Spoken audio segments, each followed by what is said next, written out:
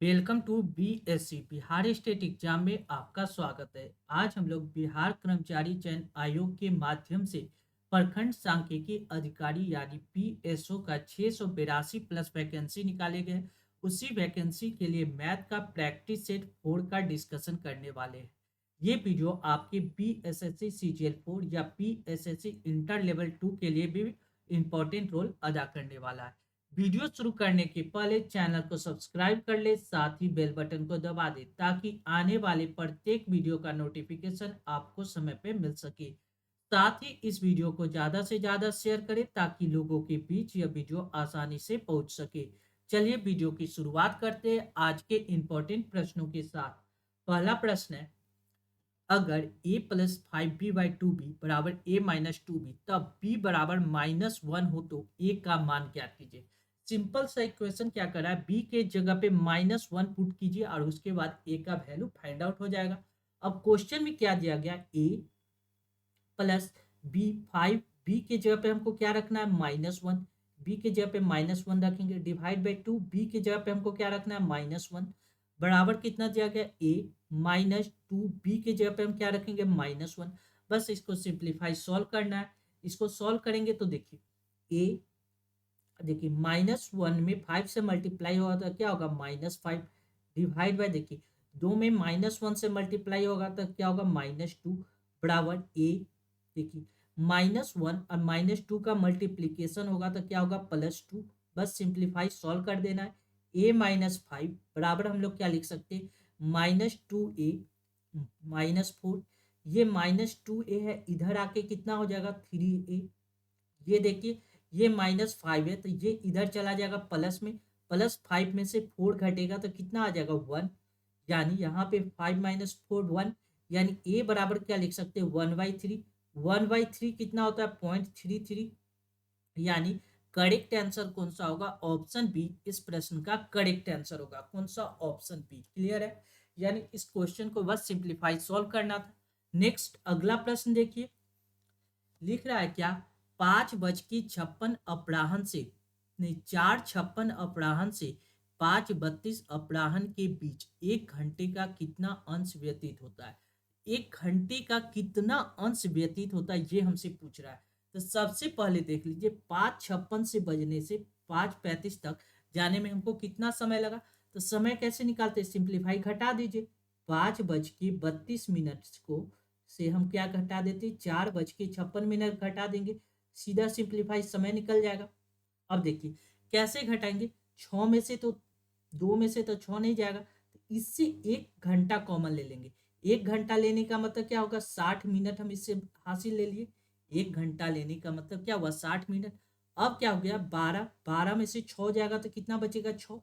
ये कितना हो गया, ये कितना हो गया 5, 5 में से 3, 5 और कितना हो गया 5 या 3 8, 8 में से 5 जाएगा तो कितना बचेगा 5, 8 में से 5 जाएगा तो कितना बचेगा 3।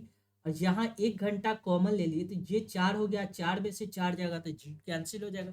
यानी यहाँ से यहाँ तक जाने में हमको कितना समय का डिफरेंस प्राप्त हो गया, 36 मिनट का डिफरेंस प्राप्त हो गया, 36 मिनट। ठीक है, अब क्या कह रहा है, यह 1 घंटे का कितना अंश होगा।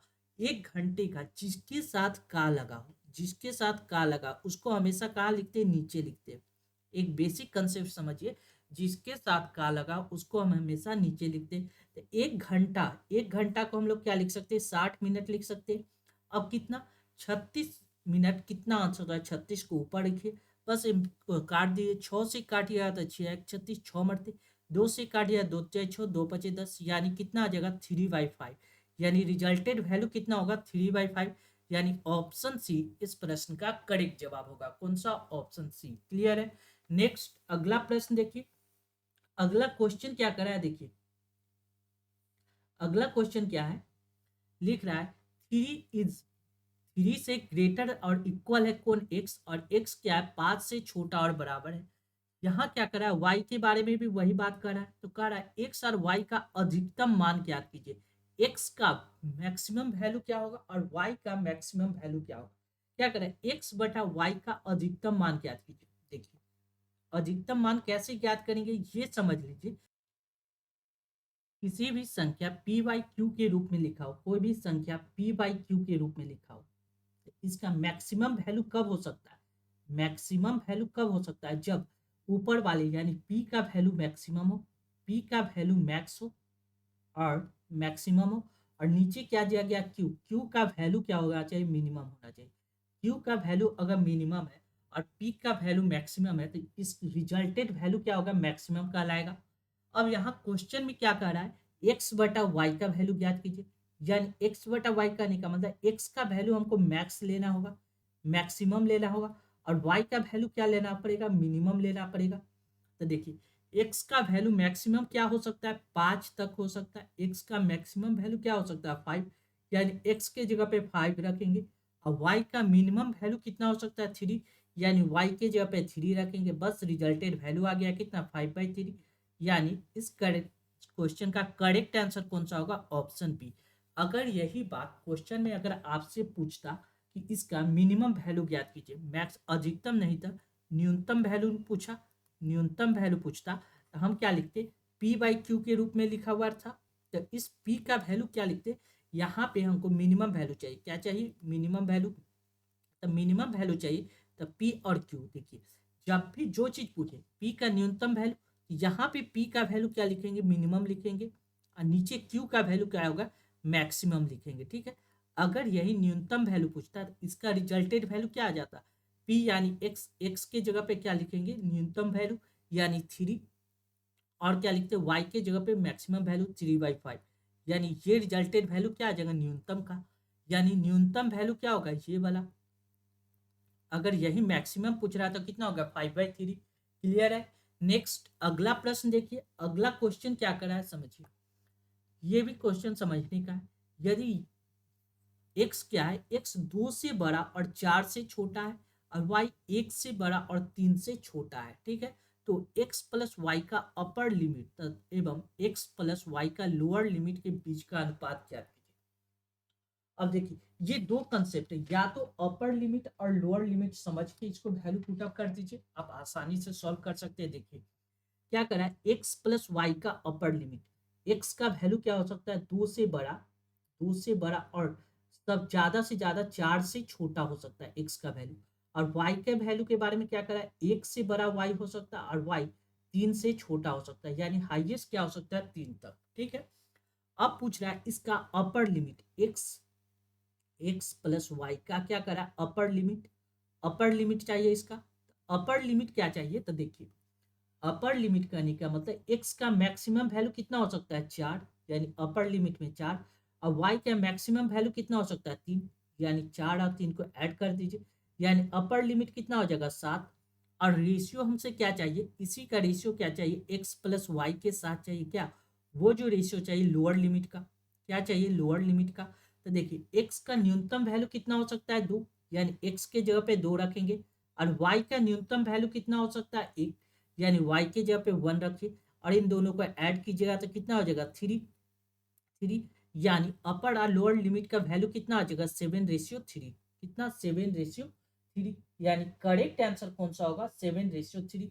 यानी ऑप्शन डी इस प्रश्न का करेक्ट जवाब होगा। कौन सा? Option D. क्लियर है। यानी इनमें से कोई नहीं। क्लियर है। अगर हमसे पूछा लोअर लिमिट, तो लोअर लिमिट में क्या किए? इसमें न्यूनतम वैल्यू रख दिया, और अपर लिमिट में इसके हाईएस्ट वैल्यू को पुट अप कर दिया। क्लियर है।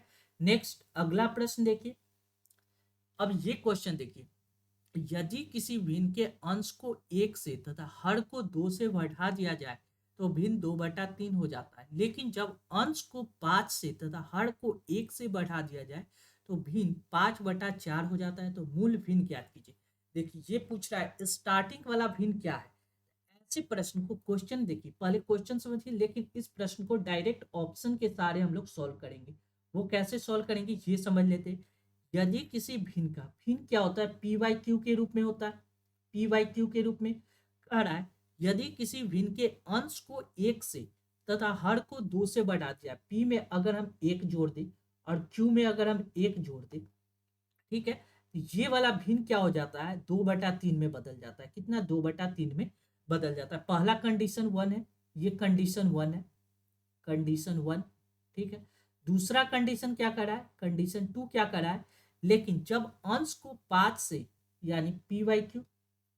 दूसरा कंडीशन में क्या करा है, अंश को 5 से तथा हर को अंश को 5 से तथा हर को 1 से बढ़ा दिया जाए तो ये वाला कितना में बदल जाता है, 5/4 में बदल जाता है।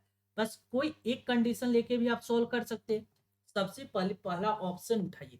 कौन सा ऑप्शन उठाते, ऑप्शन ए लेते। ऑप्शन ए लेंगे, यहाँ क्या दिया गया 3/7। इसमें हमको क्या करना है, एक को ऐड करना है। तो 3 में 1 को ऐड कीजिएगा, ये कितना हो जाएगा 4, पहला कंडीशन। नीचे क्या करा, एक को ऐड करेंगे तो 8, इसको काटिएगा तो कितना आ जाए 1/2, जबकि हमको आना कितना चाहिए 2/3। यानी पहला कंडीशन फॉलो नहीं कर रहा है, यानी ये वाला आंसर नहीं होगा, ऑप्शन ए कैंसिल हो जाएगा। ऑप्शन बी चेक करेंगे, ऑप्शन बी चेक करेंगे, बी में कितना दिया गया 5/8, 5/8 यानी 5 में 1 को ऐड करेंगे तो कितना हो जाएगा 6, और 8 में 1 ऐड करेंगे तो 9। इसको काटिएगा तो 3 से काटिएगा, 3 दूना 4, 3 तिया 9, यानी 2/3। यानी पहला कंडीशन फॉलो कर रहा है, कंडीशन 1 फॉलो कर रहा है। अब जब 1 फॉलो कर रहा है तो इसके साथ हम कंडीशन 2 भी चेक कर सकते हैं, कंडीशन 2 भी चेक कर सकते हैं। एक मिनट, क्वेश्चन में थोड़ा सा यहाँ पे हमने क्या किया देख लीजिए, एक मिनट एक मिनट। जबकि हर को 2 से बढ़ा दिया जाए, 1 से नहीं, यहाँ पे 2 से बढ़ाना था। एक मिनट, क्वेश्चन क्या कर रहा था, थोड़ा सा कंडीशन यहाँ चेंजिंग हो गया, पहला फिर से एक बार चेक कर लेंगे, कोई दिक्कत नहीं। क्वेश्चन में क्या कर रहा था कि यदि किसी भिन्न के अंश को 1 से तथा हर को 2 से बढ़ा दिया है, क्यू को कितना 2 से बढ़ाते तो ये कितना 2/3 में बदल जाता है। और आगे क्या दिया गया, यदि 5 और 1 से बढ़ा दिया जाए तो ये 5/4 में, कोई दिक्कत नहीं। अब इसी के हिसाब से क्वेश्चन को सॉल्व करते। पहला कंडीशन, पहला क्वेश्चन क्या है, ऑप्शन ए यूज करेंगे। ऑप्शन ए में कितना दिया गया 3/7, यानी 3 को 1 ऐड करेंगे तो कितना हो जाएगा 4, और 7 में 2 ऐड करेंगे तो कितना आ जाएगा 8 1 9, यानी 4/9 आ रहा है, जबकि आना कितना चाहिए 2/3, यानी ऑप्शन ए कैंसिल हो जाएगा। ऑप्शन बी यूज करेंगे, बी के जगह पे कितना दिया गया 5/8, 5/8 यानी 5 में कितना 1 ऐड करेंगे तो 6, और 8 में 2 ऐड करेंगे, 8 में 2 ऐड कीजिएगा तो कितना हो जाएगा 10। जब इसको काटिएगा तो ये कट जाएगा, 2 से कट जाएगा, 2 6 2 5 10, 2 5 10 यानी 3/5, जबकि आना कितना चाहिए 2/3, यानी ऑप्शन बी भी कैंसिल हो जाएगा। ऑप्शन सी यूज करेंगे, ऑप्शन सी में क्या कर रहा है देखिए 5/7, 5/7, 5 में 1 ऐड करेंगे तो 6, और 7 में 2 ऐड कीजिएगा तो कितना हो जाएगा 9। इसको काटिएगा तो 3 से काटिएगा तो 3 दूना 4, 3 तिया 9, यानी 2/3, 2/3, यानी ये पहला कंडीशन फॉलो कर रहा है, कंडीशन 1 फॉलो कर रहा है। अगर ऑप्शन एक ही बचता तो यही आंसर हो जाता, जबकि 2 ऑप्शन बच रहा है, यानी कंडीशन 2 भी चेक कर लेते इसके साथ। 5/7 के साथ अगर दूसरा कंडीशन चेक करेंगे तो पी में कितना ऐड करना है 5 ऐड करना है, तो 5 और 5 कितना हो जाएगा 10, और क्यू में कितना ऐड करना है 1, यानी 7 ही काट। अब इसको काटिएगा तो ये कितना से कट जाएगा 2 5 10, 2 चौका 8, यानी 5/4। कंडीशन 2 भी फॉलो कर रहा है, कंडीशन 2 भी फॉलो कर रहा है, यानी ऑप्शन सी इसका करेक्ट आंसर होगा। कौन सा, ऑप्शन सी। क्लियर है, आप इसको बेसिक से लेकर एडवांस यानी ऑप्शन के सारे तेजी में बना सकते थे। क्लियर है। नेक्स्ट अगला प्रश्न देखिए, लिख क्या रहा है, कोई किसान अपने एन गाय के झुंड का अपने 4 पुत्र में इस प्रकार बंटवारा करता है ताकि पहले पुत्र को पूरे झुंड के आधे गाय मिले, दूसरे को पूरे झुंड का 1/4 गाय मिले, और तीसरे को पूरे झुंड का 1/5 गाय, तथा चौथे को 7 गाय प्राप्त होती है। तो एन का मान ज्ञात कीजिए। यहाँ पे क्या कर रहा है, एक व्यक्ति क्या कर रहा है, उसके पास कुछ गाय था, और उस गाय को मान लीजिए एन गाय था, और वह एन गाय को अपने 4 बेटे में बांट रहा है। कैसे कैसे बांट रहा है वो जो आपको दिया गया है, कितना बेटे में बांट रहा है 4 बेटे में, पहला बेटा, दूसरा, तीसरा, और कितना चौथे, 4 बेटे के रूप में उस एन गाय को बांट रहा है। किस तरह से बांट रहा है ये क्वेश्चन में आपको दिया गया है। लिख क्या रहा है, झुंड के अपने 4 पुत्र में इस प्रकार बंटवारा करता है ताकि पहले पुत्र को पूरे झुंड की आधी गाय मिलता है, यानी टोटल गाय एन है तो उसका आधा गाय किसको मिलेगा, पहला को, यानी n/2। पहले को कितना गाय मिला n/2, और दूसरे को पूरा झुंड का, पूरे झुंड कितना था एन गाय का, और उसका क्या मिलता है 1/4 गाय किसको मिलता है दूसरे को, यानी n/4। क्लियर है। तीसरे को पूरे झुंड का 1/5 गाय मिलता है। पूरे झुंड का 1/5 यानी तीसरे व्यक्ति को कितना मिलता है, एन का 1/5 निकालिएगा तो n/5, यानी तीसरे को कितना गाय मिलता है, n/5। और चौथी को 7 गाय प्राप्त होता है। चौथे व्यक्ति के बारे में करा है कि उसको केवल 7 गाय प्राप्त होता है। तो एन का मान क्या कीजिए, जब इन सभी को जोड़ेंगे तो यह किसके बराबर आ जाएगा, एन के बराबर आ जाएगा, क्योंकि हमारे पास एन गाय था और एन गाय को ही हम लोगों ने डिस्ट्रीब्यूट किया यानी बांटा है। यानी यहाँ पे हम क्या लिख सकते हैं, n/2 plus n/4 plus n/5 plus 7 बराबर लिख सकते हैं n, कोई दिक्कत नहीं। अब यहाँ से हम कॉमन ले लेते हैं, यहाँ से एलसीएम ले लेंगे, 20 कॉमन, 20 एलसीएम ले लेंगे तो 2 दाई 20 यानी 10n प्लस 4 5 20 5n प्लस 5 को 20 4n प्लस 7 बराबर n, कोई दिक्कत नहीं, यहाँ तक लिख सकते हैं। अब देखिए ये कितना हो जाएगा, 20 और 10 19, 19n/20 प्लस 7 यानी प्लस 7 है, प्लस 7 बराबर क्या लिख सकते हैं, एन, कोई दिक्कत नहीं। अब एन वाले को एक तरफ लिख सकते हैं, 7 बराबर क्या लिख सकते हैं, एन माइनस 19n/20 लिख सकते हैं, कोई दिक्कत नहीं है। जब एलसीएम लीजिएगा तब 20 20n minus 90n divide by 20 बराबर क्या बचेगा, n/20। यहाँ क्या दिया गया है, 7। ये क्रॉस मल्टीप्लाई होगा तो n बराबर कितना आ जाएगा, 2 गुने 20, 20 गुने 7, 20 गुने 7 यानी n बराबर कितना आ जाएगा, 7 दूना 14, 140। यानी शुरू में गाय की संख्या कितना थी, इन झुंड की संख्या कितना थी, 140। यानी ऑप्शन सी इसका करेक्ट आंसर होगा। कौन सा, ऑप्शन सी। क्लियर है। नेक्स्ट अगला प्रश्न हम लोग देखेंगे। अगला क्वेश्चन क्या कर रहा है, देखिए, एक रेलगाड़ी यात्री से भरकर चली। प्रत्येक स्टेशन पे 1/4 भाग यात्री उतरते हैं और चढ़ने वालों की संख्या उतरने वालों की आधी होती है। 2 स्टेशन के बाद कुल 490 यात्री थे, तो आरंभ में गाड़ी की कुल कितनी यात्री थे। पूछ रहा है कि शुरू में ट्रेन में कितना व्यक्ति बैठा था, ये हमको ज्ञात करना है।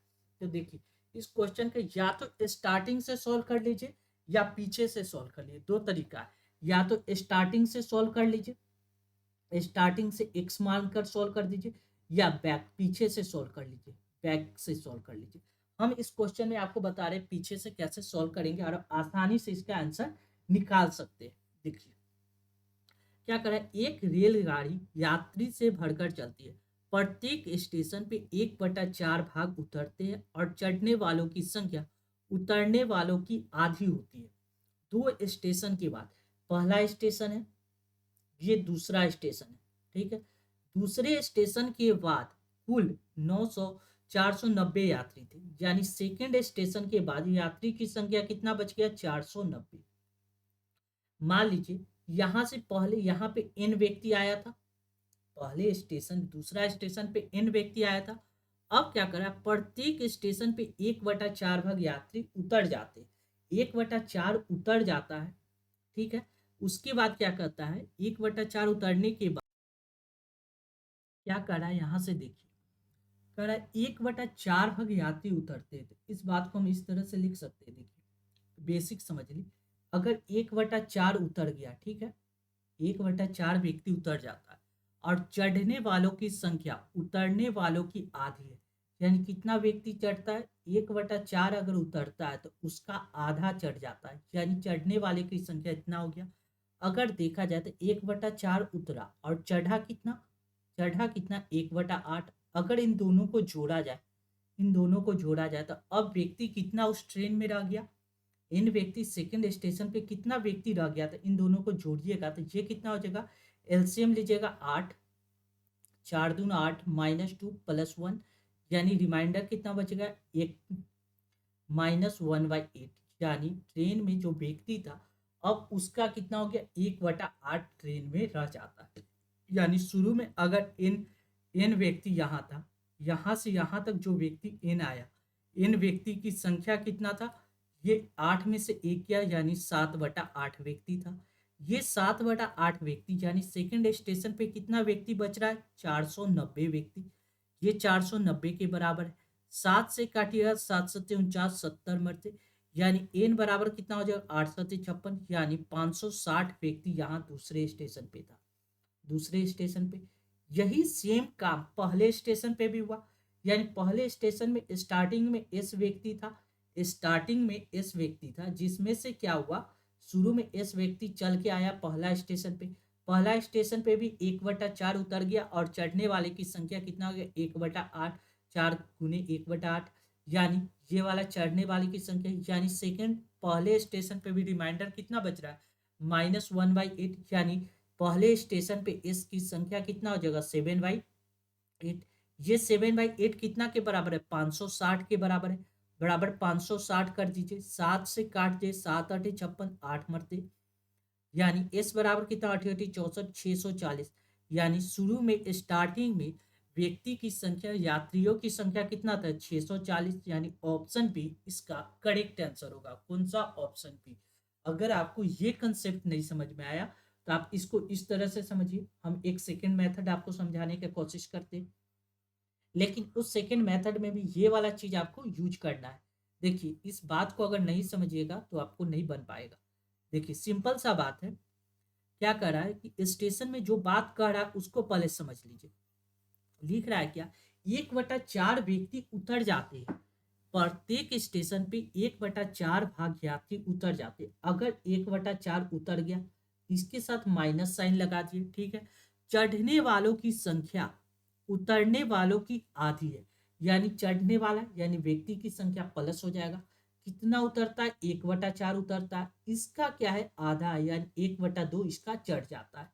यानी स्टार्टिंग में अगर जितना व्यक्ति चला था पहले स्टेशन पे पहुंचने के बाद उसमें व्यक्ति की संख्या कितना हो गया प्लस कर दिए, 4×2 = 8, 8 1/8। अब इसका एलसीएम लीजिएगा तो ये कितना हो जाएगा 8 एलसीएम हो जाएगा, 4×2 = 8 -2 +1, यानी जितना व्यक्ति शुरू में चढ़ा था उसका 1/8 व्यक्ति पहले स्टेशन पे आने के बाद हो गया। यानी पहला स्टेशन शुरू में स्टार्टिंग में यात्रियों की संख्या वाई था, यात्री की संख्या वाई था, ठीक है। पहला स्टेशन पे आया जिसमें से 8 में से एक व्यक्ति उतर जाता है, यानी अभी यात्री की पहला स्टेशन पे यात्रियों की संख्या कितना हो गया 7/8, 7/8। और यही यात्री अगर दूसरा स्टेशन पे जाता तो इसका कितना हो जाएगा फिर 7/8 हो जाता दूसरे स्टेशन पे, यानी सेकंड स्टेशन पे। और सेकंड स्टेशन पे जाने के बाद उसकी संख्या कितना हो जाता है यात्रियों की संख्या 490, यानी इतना बराबर 490 लिख सकते हैं। यानी y बराबर आसानी से सॉल्व कीजिएगा 490 × 8 डिवाइड बाई कितना 7 × 7, 7×7 = 49, 7×7 = 49, यानी 10 मरते, 8×8 = 64, 640, यानी करेक्ट आंसर कितना हो जाएगा 640, यानी ऑप्शन बी इसका करेक्ट आंसर होगा। कौन सा ऑप्शन बी। आप यहां से भी आसानी से सॉल्व कर सकते थे। क्लियर है। नेक्स्ट अगला प्रश्न देखिए, देखिए अगला क्वेश्चन क्या करा है इसको समझना पड़ेगा थोड़ा सा। क्या करा है, ए बी के बराबर नहीं है, बी सी के बराबर नहीं है, सी डी के बराबर नहीं है तथा डी बराबर 3a बराबर बी प्लस सी है, तो निम्नलिखित में कौन सा बराबर है। ये कंडीशन आपको समझना है। कैसे सॉल्व करेंगे तो देखिए, कैसे सॉल्व करेंगे, सबसे पहले जो दिया गया उसको हम लोग लिख लेते हैं। क्वेश्चन में क्या करा है, ए बी के बराबर नहीं, A not equal to B, A B के बराबर नहीं है, ठीक है। बी सी के बराबर नहीं, बी नॉट इक्वल टू सी, ठीक है। और क्या करा है, सी डी के बराबर नहीं है, सी नॉट इक्वल टू डी, ये क्वेश्चन में दिया गया है। और क्या दिया गया है, डी बराबर क्या दिया गया 3a प्लस बराबर बी प्लस सी, ये क्वेश्चन में आपको दिया गया है। यहाँ पे आप देखिए डी का मतलब क्या दिया गया, एक लाइन यहाँ पे ये भी दिया गया है डी बराबर 3 है, डी बराबर 3a दिया गया है। और क्या दिया गया है, डी बराबर यहाँ से देखिए ये इसके बराबर है और ये इसके बराबर है, यानी डी बराबर क्या दिया गया है बी प्लस सी, बी प्लस सी, ये बात भी दिया गया है। यानी कहने का मतलब ये बराबर ये होगा, यानी 3a बराबर बी प्लस सी, ये बराबर हम लिख सकते हैं, यानी दोनों LHS बराबर है तो RHS बराबर होगा, यानी 3a बराबर लिख सकते हैं बी प्लस, 3a बराबर बी प्लस सी लिख सकते हैं, कोई दिक्कत नहीं। कहने का मतलब अब क्या हुआ, B not equal to B, क्या क्वेश्चन में क्या करा है, D not equal to B. इस लाइन से आप क्या क्या बात यहाँ से निकाल सकते हैं तो समझिए। पहला बात आप क्या कर सकते हैं, देखिए पहला बात आप क्या कर सकते हैं, यहाँ क्या दिया गया है, डी बराबर 3a। डी कितना के बराबर है, 3a के बराबर, यानी D not equal to A. D A के तो बराबर नहीं है, डी कितना है, 3a के बराबर है। और डी के बारे में क्या करा है, डी जो बराबर होगा बी प्लस सी के बराबर है, यानी डी बी के भी बराबर नहीं है, यानी डी जो है वह बी के बराबर नहीं है। ये दो बात कंडीशन से क्लियर हो गया। क्वेश्चन में क्या करा है, सभी धनात्मक है तो निम्नलिखित में से कौन सा बराबर है, यानी बी डी के बराबर है, यानी ये ऑप्शन कैंसिल हो जाएगा। अब क्या करा है, डी और ए ये दोनों भी, ये ऑप्शन भी कैंसिल हो जाएगा। अब क्वेश्चन में क्या करा है, बी और सी और ए और सी के बारे में दो कंडीशन देखिए। बी और सी के बारे में यहाँ पे क्वेश्चन के पहला ही लाइन में करा है B not equal to C. Question में कह रहा है बी सी के बराबर नहीं, यानी ये वाला ऑप्शन भी नहीं होगा, यानी ऑप्शन केवल क्या बच रहा है, ए और सी का रिलेशन हो सकता है, ए बराबर सी, एक ही कंडीशन हो सकता है ए बराबर सी, यानी ऑप्शन बी इसका करेक्ट आंसर होगा। कौन सा, ऑप्शन बी। आपको इस लाइन में थोड़ा सा समझना क्या था, ये बात आप लिख के अगर समझ रहे हैं तो आप आसानी से सॉल्व कर सकते हैं। ये लाइन दिया गया है डी बराबर 3a प्लस बी प्लस सी, यानी डी किसके बराबर है, 3a के बराबर, यानी डी डायरेक्ट ए के तो बराबर नहीं है, 3 गुना ए के बराबर, यानी डी नॉट इक्वल टू ए के बराबर नहीं है। ठीक उसी प्रकार यहाँ दिया गया है डी बी प्लस सी के बराबर है, यानी इक्वल में बी के बराबर भी नहीं है, यानी यहाँ से ये कैंसिल हो गया। ठीक उसी प्रकार ऑप्शन काट दीजिएगा, आपका रिजल्टेड वैल्यू आ गया। क्लियर है। नेक्स्ट अगला प्रश्न देखिए। देखिए क्वेश्चन क्या करा है, 60 विद्यार्थियों की एक कक्षा में प्रत्येक लड़के ने उतने रुपए दिए जितने लड़कियों की संख्या थी, तथा प्रत्येक लड़की ने उतने रुपए दिए जितने लड़कों की संख्या थी। यदि कुल इकट्ठा किए गए धन 1600 रुपए है तो कक्षा में लड़कियों की संख्या कितना है।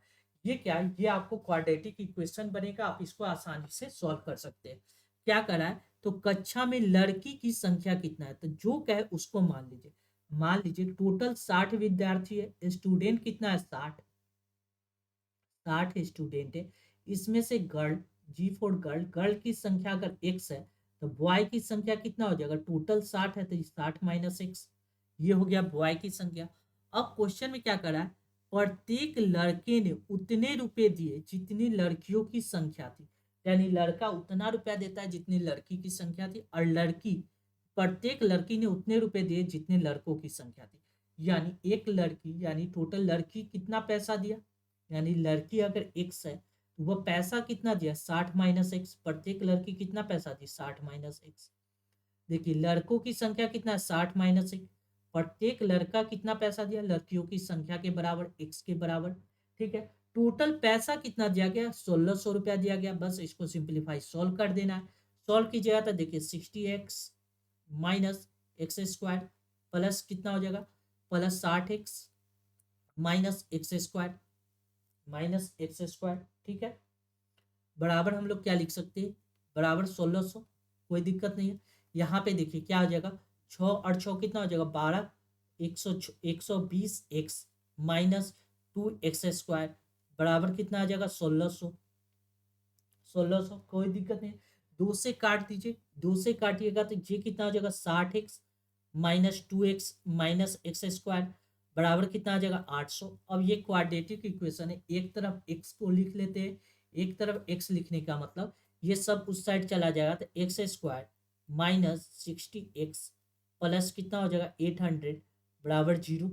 अब इस क्वाड्रेटिक इक्वेशन 160 को तोड़िएगा तो 40 माइनस 20 में टूट जाएगा, क्योंकि जोड़ने पे कितना आ जाएगा 60 और गुना करने पे कितना आ जाएगा 800।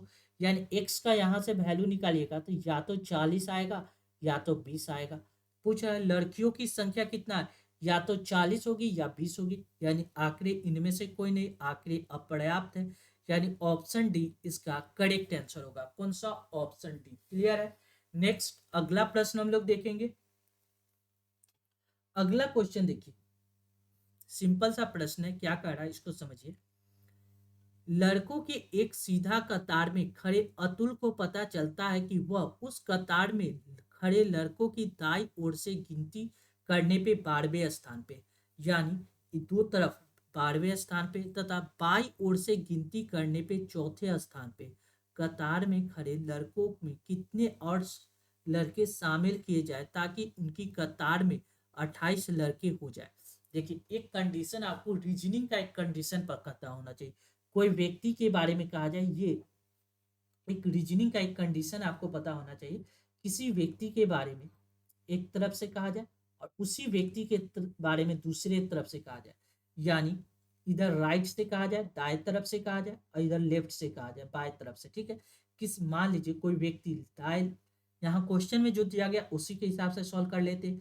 क्या करा है, खड़े व्यक्ति दाई ओर से गिनती के क्रम में, यानी दाएं तरफ से गिना जाता है तो उसकी संख्या कितना आता है, 12वें पोजीशन पे। और उसी को अब बाई ओर से गिनती करने पे उसी का स्थान कितना आता है, चौथे स्थान पे।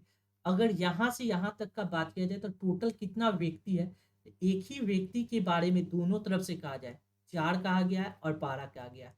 ऐसी स्थिति में दोनों को जोड़ते 4 दू 6, दोनों को जोड़ के 1 घटा देते, यानी यहाँ से यहाँ तक की व्यक्ति की संख्या कितना हो गया, 15।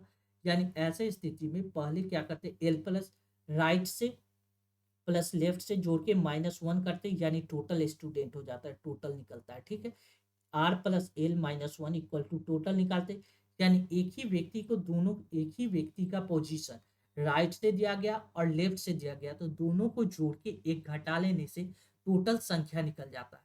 यानी टोटल संख्या कितना आ गया, 15। अभी तक कतार में कितने व्यक्ति थे, 15 व्यक्ति थे। अब क्वेश्चन में क्या करा है कि कतार में खड़े लड़कों में कितने और शामिल किया जाए ताकि कतार में 28 लड़के हो जाए। पहले 15 व्यक्ति था, अब इसको 28 बनाना है, यानी इसमें कितना का वृद्धि करना होगा, 5 3 8 और 1 13, यानी 13 यूनिट का वृद्धि कर देंगे तो ये कितना हो जाएगा, 28 हो जाएगा। यानी ऑप्शन बी इसका करेक्ट आंसर होगा। कौन सा, ऑप्शन बी। क्लियर है। नेक्स्ट अगला प्रश्न देखिए, एक कक्षा में एक निश्चित संख्या में बेंच है, यदि प्रत्येक बेंच पे 6 विद्यार्थी बैठाए जाते हैं तो सभी विद्यार्थियों को बैठने की सीट देने के लिए एक और बेंच की आवश्यकता होती है, किंतु प्रत्येक बेंच पे 7 विद्यार्थी बैठाए जाते हैं तो सभी विद्यार्थियों को बैठने की पश्चात 5 विद्यार्थी के लिए जगह बच जाती है। कक्षा में कुल कितने विद्यार्थी हैं, ये बात समझिए।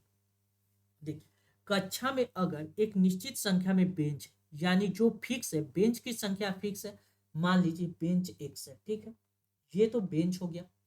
क्यों बेंच हमने माना, क्योंकि बेंच फिक्स है। फिक्स कहने का मतलब कह रहा है कि एक निश्चित संख्या में बेंच है तो बेंच फिक्स है। अगर एक बेंच पे 6 विद्यार्थी को बैठाते हैं, एक बेंच पे 6 विद्यार्थी को बैठाते हैं तो बेंच फिक्स है, यानी टोटल विद्यार्थी कितना बैठेगा, 6x। तो सभी विद्यार्थी को बैठने की सीट देने के लिए एक और बेंच की आवश्यकता होती है, यानी एक बेंच पे कितना, 6 विद्यार्थी बैठेगा, यानी 6 विद्यार्थी खड़ा रह जाता है, यानी 6 विद्यार्थी और यहाँ पे रखा जाए तो वो टोटल विद्यार्थी हो जाएगा।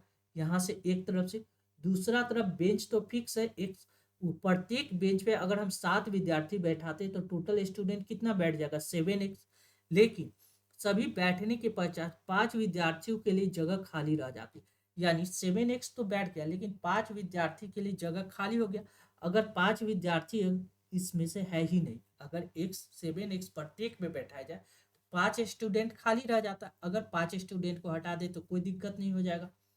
यानी यहाँ से अगर हम x का वैल्यू निकालें, 6x इधर आ जाएगा तो x हो जाएगा, ये माइनस है तो इधर आ जाएगा, 6 + 5 कितना आ जाएगा, 11। यानी x का वैल्यू कितना आ गया, 11। यानी बेंच की संख्या कितना है, 11। बेंच की संख्या 11। अब पूछ रहा है कक्षा में कुल कितने विद्यार्थी है, कोई एक इक्वेशन लीजिए आपका आंसर आ जाएगा। टोटल स्टूडेंट की संख्या कितना माने, 6x + 6, यानी 6x + 6, यानी 6x की जगह पे 11 + 6 कर दीजिए, यानी 11 छक 66, 66 + 6 6 12 के 2 6 1 7, यानी 72। यानी स्टूडेंट की संख्या कितना आ गया, 72। यानी ऑप्शन सी इसका करेक्ट आंसर होगा। कौन सा, ऑप्शन सी। क्लियर है। नेक्स्ट अगला प्रश्न देखिए, अगला क्वेश्चन क्या करा है, यहाँ पे आपको दो चीज याद रखना है, एक इक्वेशन, एक फार्मूला याद रखिएगा तो आप आसानी से इसको सॉल्व कर सकते हैं। वो फार्मूला क्या होता है, फार्मूला क्या है ये आपको पता होना चाहिए। तो 3 फॉर्मूला होता है ए एम, यानी अर्थमेटिक मीन कहलाता है, ए एम कहता है दो संख्या ए और बी दिया गया उसका अर्थमेटिक मीन, ज्योमेट्रिकल मीन और हाइपोथेटिकल एच एम, तीन को चीज आप निकाल सकते हैं। ए एम निकाल सकते हैं, तीन क्या दिया गया, दो संख्या दिया गया, कौन सा, ए और बी, कोई दो संख्या दिया गया है, ठीक है, ए और बी, ठीक है। इसका अगर ए एम निकालना, अर्थमेटिक मीन निकालना, तो ये कितना होगा, दोनों को जोड़ दीजिए और उसको क्या कीजिए, दो से डिवाइड कर दीजिए। ये क्या आ जाएगा आपको, अर्थमेटिक मीन यानी माथ निकल जाएगा। ज्योमेट्रिकल मीन निकालना है, जीएम निकालना है, तो ये आप क्या कर सकते हैं, root under A B, root under A B geometrical mean होता है। एच एम निकालना हो, एच एम निकालना हो, तो ये एच एम क्या होता है, two A B divide by A plus B, divide by A plus B. ये फॉर्मूला आपको पता होना चाहिए, क्लियर है। अगर आप यहाँ जान रहे हैं तो आप इसके हिसाब से दो तीन एक लाइन और आप जान लीजिए, एक लाइन और जान लीजिए कि कौन सबसे बड़ा होता है और कौन सबसे छोटा होता है, इन तीनों में क्या रिलेशन होता है। तो ए एम का वैल्यू सबसे ज्यादा होता है, किसका, ए एम का वैल्यू सबसे ज्यादा होता है किससे, जीएम से, और जीएम का वैल्यू ज्यादा होता है किससे, एचएम से, ठीक है। ये बात हमको पता है। तो ए एम की जगह पे अगर हम ए प्लस बी बाई टू लिखते हैं, ठीक है, ये ग्रेटर देन लिख सकते हैं रूट ए बी, और ये ग्रेटर देन लिख सकते हैं two A B divide by क्या, A plus B, A plus B, ठीक है। अब क्या करा, इसके इक्वेशन के हिसाब से क्वेश्चन में जो दिया गया उसके हिसाब से इसमें कौन सा आंसर पुटअप होगा, यहाँ यही कंडीशन फॉलो करना है। आप देखिए, आप ये वाला लाइन देखिए, यहाँ से A plus B by two, A plus B by two और is greater than root A B, यहाँ पे ऑप्शन सी में दिया गया है। ये बात same to same option C में दिया गया है, यानी A M is greater than G M होता है, और यही सेम चीज दिया गया ऑप्शन सी में, यानी करेक्ट आंसर कौन सा होगा, ऑप्शन सी, क्लियर है। नेक्स्ट, इसमें आपको ये चीज याद रखना है, ए एम का फॉर्मूला क्या होता है, A plus B by two, G M का फॉर्मूला होता है root A B, H M का फॉर्मूला आता है two A divide by A plus B. आप इसको आसानी से याद कर सकते हैं, ए प्लस बी का होल स्क्वायर जो होता है सेम चीज है, क्या होता है, A square plus two A B plus B square, same यही सब कंडीशन हो, इतना ही इधर उधर घुमा के लिखा हुआ है, आप याद कर सकते हैं आसानी से। एच एम बराबर क्या लिख सकते हैं, two A divide by A plus B, clear है। चलिए नेक्स्ट, चलिए thank you for watching this video. ऐसे ही इंपॉर्टेंट वीडियो पाने के लिए अपने channel BSC Bihar state exam को सब्सक्राइब कर ले, साथ ही इस वीडियो को ज़्यादा से ज़्यादा शेयर करें ताकि लोगों के बीच यह वीडियो आसानी से पहुंच सके। Thank you once again.